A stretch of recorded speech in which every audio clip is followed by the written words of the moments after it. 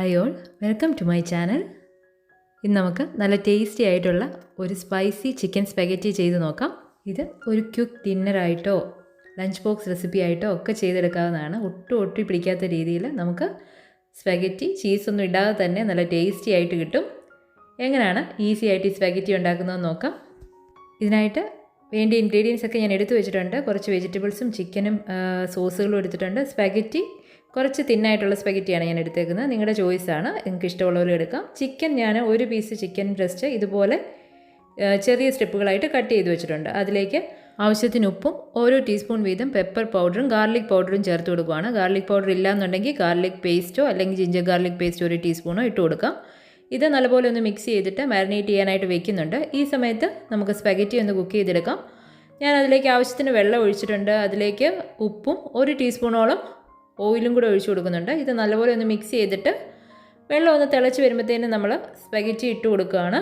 ഓരോ സ്പെഗറ്റി പാക്കറ്റിൻ്റെയും പുറകിൽ അതിൻ്റെ ഇൻസ്ട്രക്ഷൻസിൽ കുക്കിംഗ് ടൈം കൊടുത്തിട്ടുണ്ട്.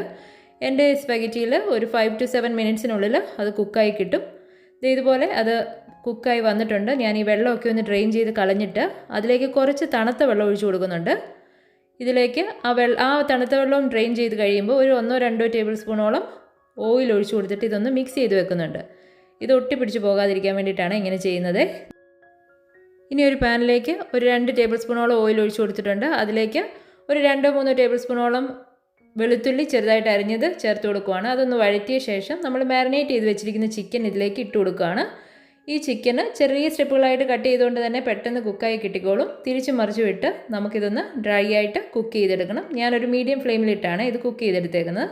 ഇടയ്ക്കൊന്ന് തിരിച്ചൊക്കെ ഇട്ട് കൊടുക്കുന്നുണ്ട്. മീഡിയം ഫ്ലെയിമിൽ ഒരു 7 to 10 മിനിറ്റ്സിനുള്ളിൽ എൻ്റെ ചിക്കനൊക്കെ കുക്കായി വന്നിട്ടുണ്ട് കേട്ടോ.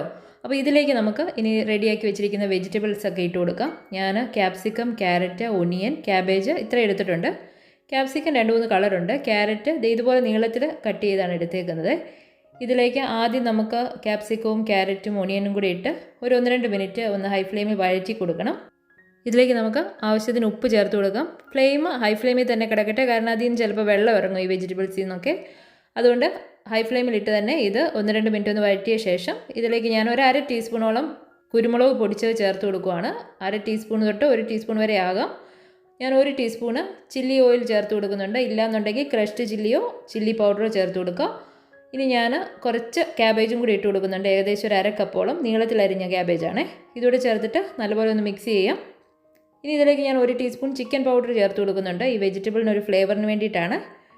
ഓപ്ഷണലാണ്, ഉണ്ടെന്നുണ്ടെങ്കിൽ ചേർത്ത് കൊടുക്കുക. ഞാൻ 1.5 ടേബിൾ സ്പൂണോളം ചില്ലി ഗാർലിക് സോസും 1.5 ടേബിൾ സ്പൂണ് ടൊമാറ്റോ കെച്ചപ്പും 1 ടേബിൾ സ്പൂണോളം ചില്ലി സോസും കൂടെ ചേർത്ത് കൊടുക്കുന്നുണ്ട്.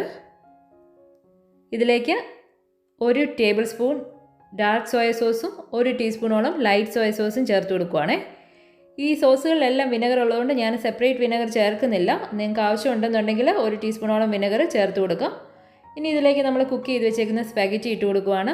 ഈ സ്പെഗറ്റി കണ്ടോ ഒട്ടി പിടിക്കാത്ത രീതിയിൽ നമുക്ക് കിട്ടിയിട്ടുണ്ട്.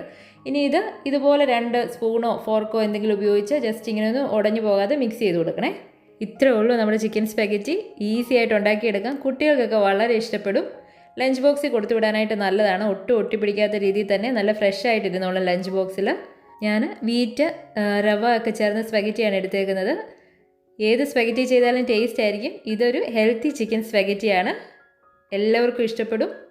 വീഡിയോ ഇഷ്ടപ്പെട്ടെങ്കിൽ ലൈക്കും ഷെയറും സബ്സ്ക്രൈബും ചെയ്യണേ. Thank you for watching.